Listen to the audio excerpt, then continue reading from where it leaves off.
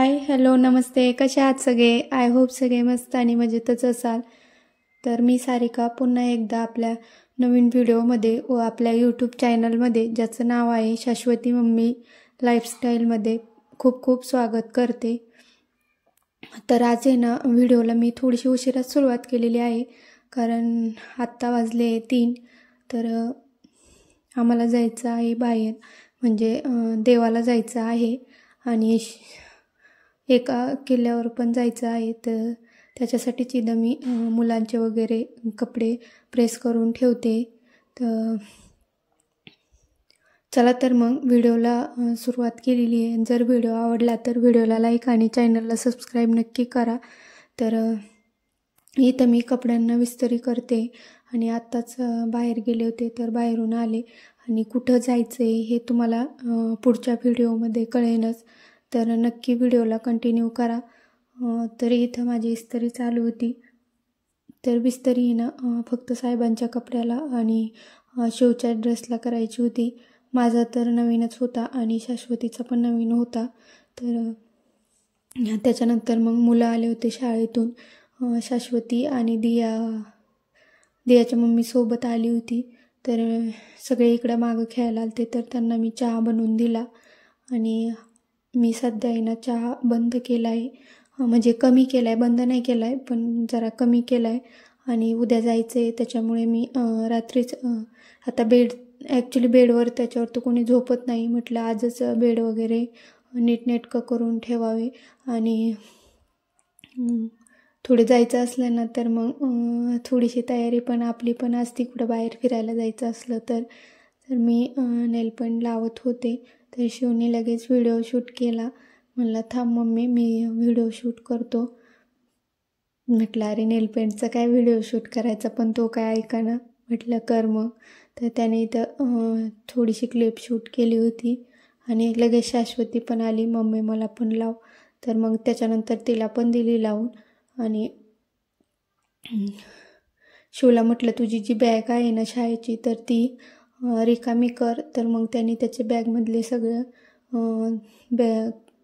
वह्या पुस्तकं वगैरे काढून ठेवली आणि नंतर मग ती बॅग वगैरे भरली आम्ही. थोडीशी थंडी आहे ना त्याच्यामुळे मग म्हटलं जीन्स वगैरे शाश्वतीला एवढं कम्फर्टेबल वाटत नाही, तर मग तिच्यासाठी एक म्हणजे डबल ड्रेस, साधी पॅन्ट आणि एक टी शर्ट घेतला होता सोबत. कसं लहान मुले असावा त्यांना, म्हणजे जास्त प्रवास असल्यामुळे मुलांना जीन्स वगैरे जरा टाईट वगैरे झाली तर मग त्रास होतो त्याच्यामुळे. आणि रात्रीचं कसं जीन्स वगैरे नको वाटती, तर नाईट पॅन्ट वगैरे असली ना तर मग काही वाटत नाही. तर इथं शाली वगैरे पण घेतल्या होत्या मी, कारण लांबचा प्रवास होता आणि थोडी कसं थंडीचे दिवस पण आहे, तर मुलांना थंडी वगैरे वाजते त्याच्यामुळे मग इथं मी शाली वगैरे पण घेतल्या होत्या सोबत. तर म्हटलं आत्ताच भरून ठेवावं, कारण सकाळी पहाटे 3च्या दरम्यान आम्हाला निघायचं होतं. तर त्याच्यानंतर मग शाली वगैरे भरून ठेवल्या. कपडे वगैरे तर सगळे मी आधीच भरून ठेवले होते. आणि नंतर मग झाडून पण घेतलं, कारण खूप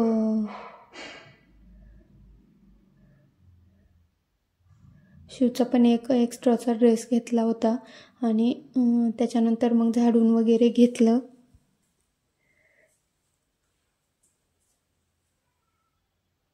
नाईट पॅन्ट वगैरे पण घेतल्या होत्या. तर स्वयंपाक पण बनवायचा होता अजून.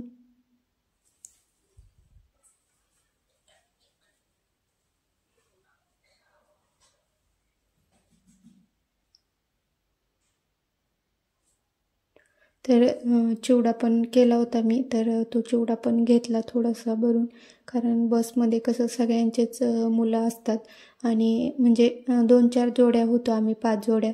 तर मग मुलं पण होते सगळ्यांचे.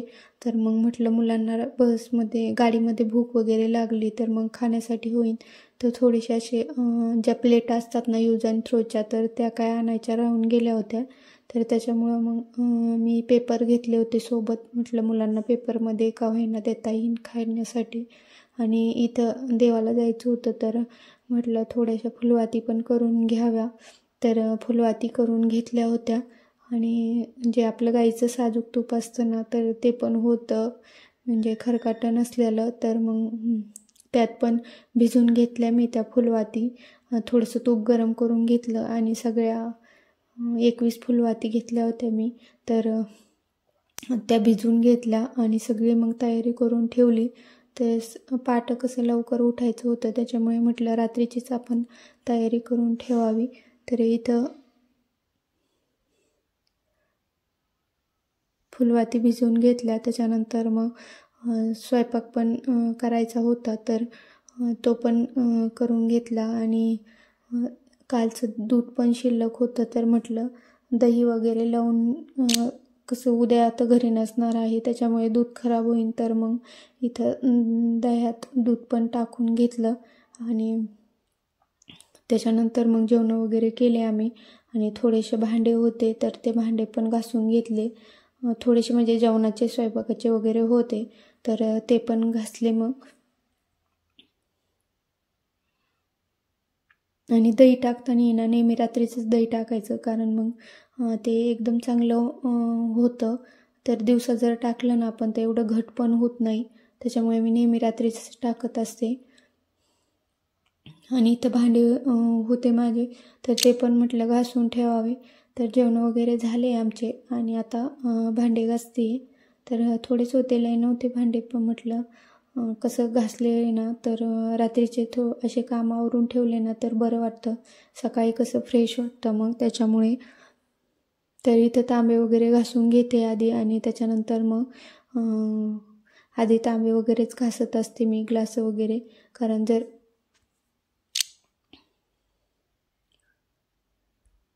चहाची भांडी नंतर घासत असते, चहाची भांडी जर आधी घासली तर ग्लासांना वगैरे वास लागतो, त्याच्यामुळे नेहमी आधी मी चहाची भांडी मागूनच घासते. ग्लास तांबे वगैरे आधी घासते आणि शाळेचे मुलांचे काही जे डबे वगैरे आहे तर ते सगळं मी आधी घासून घेत असते.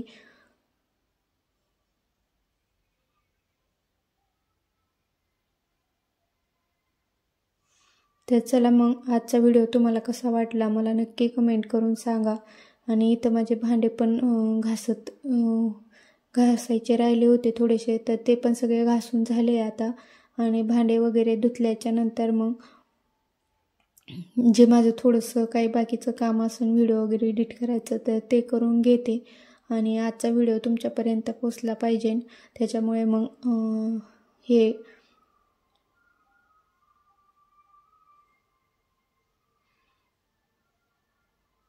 तर चला मग इथं माझे भांडे पण झाले घासून तुमच्यासोबत बोलता बोलता. तर भांडे एवढे थोडेसे राहिले तर ते पण धुवून घेते आणि त्याच्यानंतर तुम्हाला माझं क्लीन किचन दाखवते. तर हे बघा, असं पूर्ण किचन मी क्लीन केलं आहे. उद्या काही स्वयंपाक वगैरे काही बनवायचा नाही आहे, तर त्याच्यामुळे पूर्ण किचन मी क्लीन वगैरे करून घेतलं व्यवस्थित, म्हणजे घासून वगैरे घेतलं. कारण उद्या तर काही बनवायचं नाही, मग सकाळी नाही पुसलं तरी जमन. तर चला मग आजचा व्हिडिओ तुम्हाला कसा वाटला नक्की मला कमेंट करून सांगा. आणि पुन्हा भेटू अशाच एका नवीन व्हिडिओमध्ये. तोपर्यंत सगळ्यांना बाय.